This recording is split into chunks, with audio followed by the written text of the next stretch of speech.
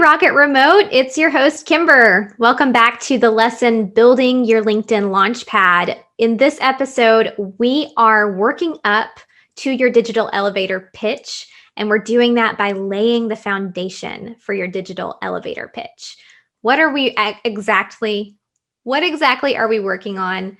We are getting to know ourselves.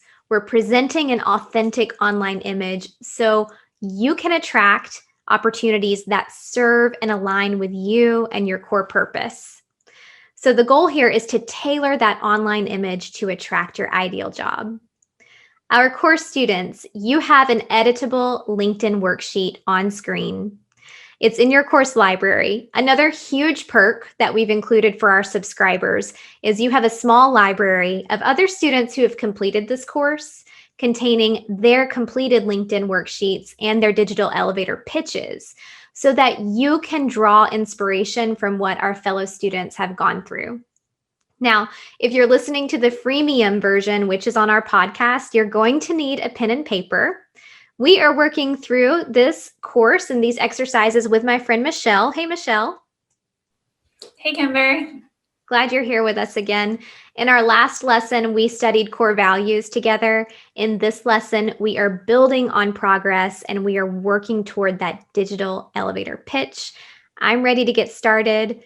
Michelle and everyone who's following along with us, let's move into the orange section of the worksheet because we are going to dive into what you're good at. Just like we did in the last lesson, I'm going to feed you some prompts and I want you to free write. If you need to pause the video to free write, please do so because that free writing is very important to your progress. So the first prompt I have for you is, at work, I know I'm really good at this. Fill in the blank and write in as many things as you know you excel at in the workplace. Your next prompt is, my friends recognize these skills make me unique. Now I want you to fill in the blank with anything that your friends would say that are good things about you, that make you unique. Toot your own horn, honey. Tell me what you slay at. Is it graphic design? Is it finance? Is it communication? Could it be email management? Could it be organizing a great carpool system?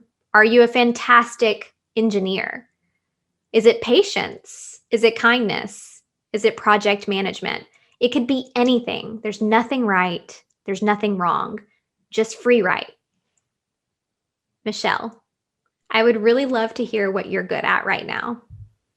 Okay, so as I had my worksheet up, I came up with a few skills here. I've got writing, editing, reporting, communicating, creating. I'm going with the ing theme here. Yeah, I hear that.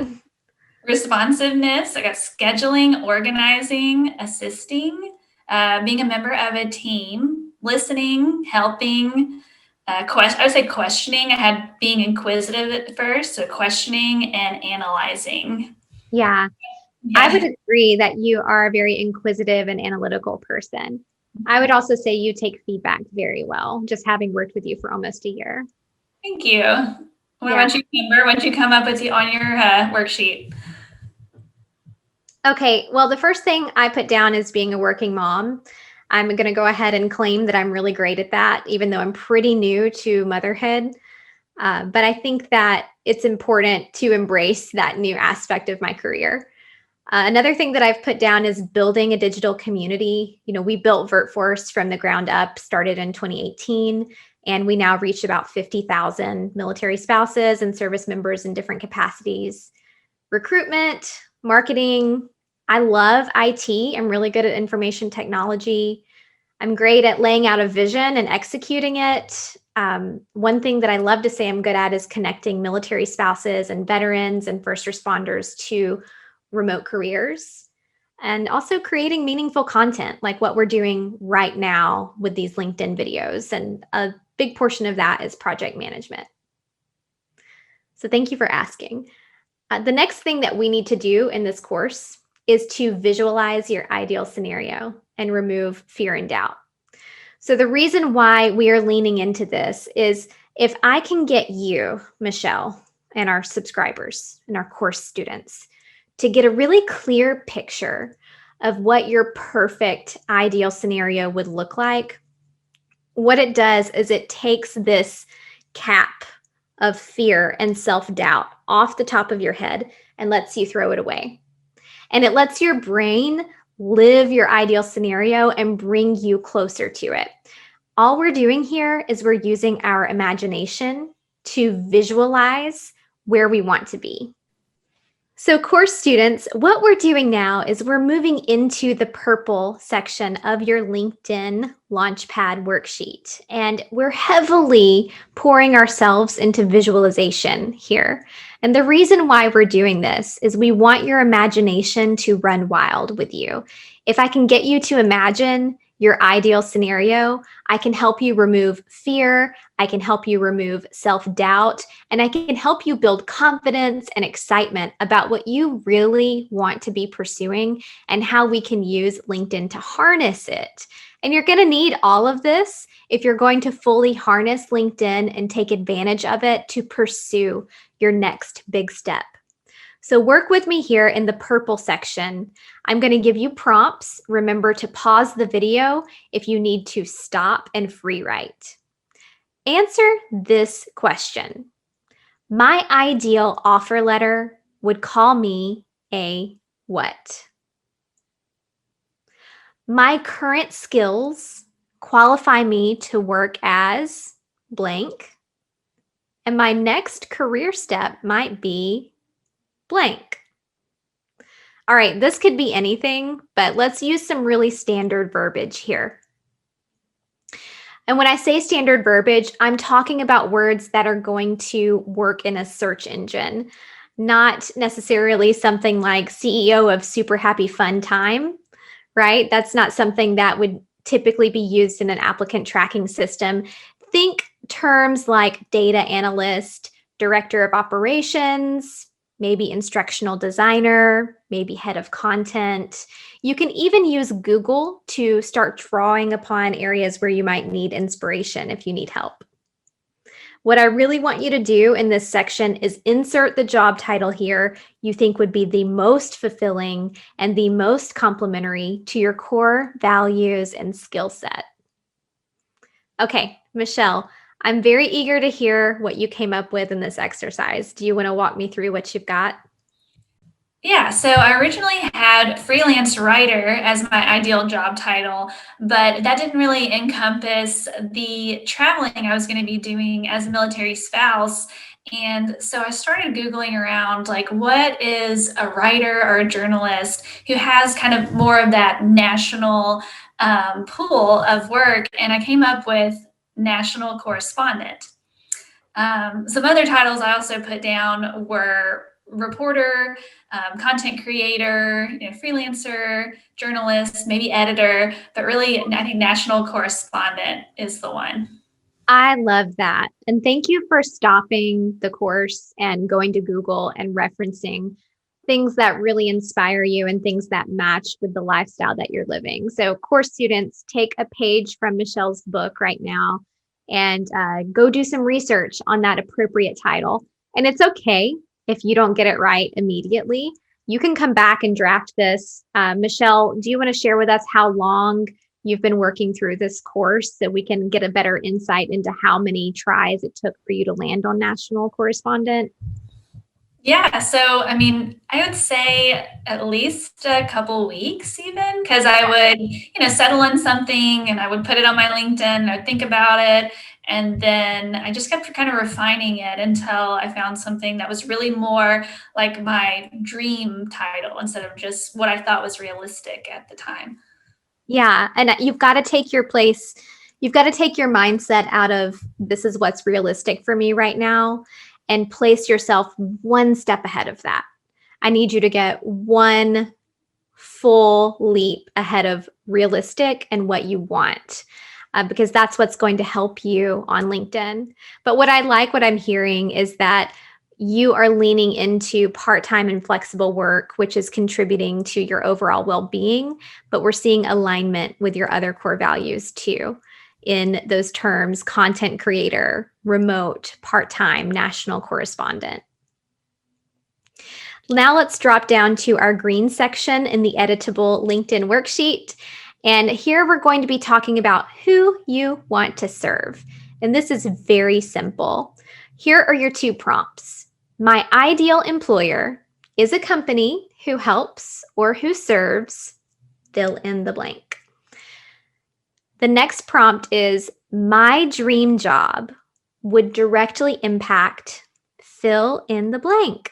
There are no right or wrong answers. You could want to impact nonprofits. You could want to work for major hedge funds. There's nothing wrong here. Be honest with yourself and talk about what's your ideal scenario. Michelle, who do you most want to help? So I came up with, really overall, it's just people. And then more specifically, people who are in need of just maybe fun or inspirational, motivating writing services. So I also want to have that piece like with the flexibility and the part-time, the contract work where I can still maintain, contributing to my family's finances and then all of our overall well-being. Just stories about people who are doing really cool things and making a difference. Yeah, I like that you've generalized it to people, but what I'm hearing too is you're making a difference. You're working with change makers. So you can classify them as people, but you can also classify them as change makers. For me, when I'm doing this exercise, what I continually come up with is I want to serve underserved remote career seekers, military spouses, and digital businesses. These are the demographics that I care most about because I think I align with those individuals, right? I count myself as a part of that community. So being a part of that community gives me a bigger heart for them. All right, we are shifting gears. On the next page of your LinkedIn worksheet, we are going to be working on your keywords. And this is going to be a huge foundational element to shaping your digital elevator pitch. So what are keywords? On screen here, I've got our definition. Keywords are informative words a writer uses to code a message, to communicate content or topic, to be decoded by a reader. So example, I need to know how to bake a chicken pot pie by next week. What am I going to search on YouTube? How to bake a chicken pot pie from scratch. So let's pretend this is for my grandmother's birthday. She loves them all made from scratch, okay? The keyword I'm using there is from scratch, but I'm also using how to bake a chicken pot pie. Now I want to give you another example, which is going to show you a little differentiation in keywords. Let's pretend I need to make this chicken pot pie by 5 p.m. tonight. So instead of going to YouTube and saying, I need to know how to bake a chicken pot pie from scratch, I'm going to try how to bake a chicken pot pie quick. And that's going to give me a completely different list of YouTube videos to sort through, right? It's going to give me a completely different approach. So we need to identify what are your keywords so that when recruiters and employers are coming to LinkedIn and they're searching their keywords, they pick the ones that align with you. And that match is made in heaven, right? If you can identify what your keywords are, when the right employer comes along, they're going to find you. So why is this relevant? Remember, LinkedIn is a search engine. So your profile plus your keywords are going to be what attracts the right opportunities for you. So to attract that ideal job and to attract the opportunities that serve and align with you and your purpose, we've got to have these keywords right. So in the next section of your worksheet, start listing your keywords. Don't be intimidated by this. Don't let it mystify you. Just embrace them. They should be very easy to point out. All you have to do is glance over your responses from our last 3 exercises and look at those responses and say to yourself, if I were looking for myself in a search engine, what keywords would I be searching for? So I want you to look at your ideal job, look at what you're good at, look at who you want to serve, and identify from everything you wrote down what are keywords that need to be populating on your LinkedIn. I think this is a really good time to pass it to Michelle and let Michelle explain to us what keywords she came up with. Yeah, I've got a pretty good list going here. So, towards the top, I've got creativity, I have writing, editing, responsiveness, and then working through some of our prompts, I've also got some words showing up like national, people. I added recently change makers. So, coming up with a pretty good list here. These are really good, Michelle. And what I want you to do and what I want all of our course students to do is type them up on your keyword worksheet on the LinkedIn Launchpad worksheet. If you're listening to Freemium, write them all down. You don't want to lose them. This is something that you want to build on over time and refine over time. For inspiration, I will share some of mine. Mine are digital, community, recruitment, marketing, IT, information technology, military spouses and veterans, founder, CEO, remote, and virtual. Okay, so you should compile your list, pause the video if you need to.